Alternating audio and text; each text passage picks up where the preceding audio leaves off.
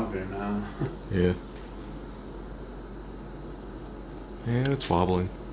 Yeah, what happened is when we took down the Harbor Breeze fan that was here, we found out that above the Harbor Breeze there was actually no ceiling at all. Oh wow. There was like a hole, so that's why the medallion's there.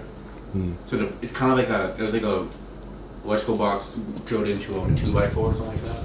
Oh wow. So that's why it's wobbling. But the guy that helped me put it up, he said it's completely safe.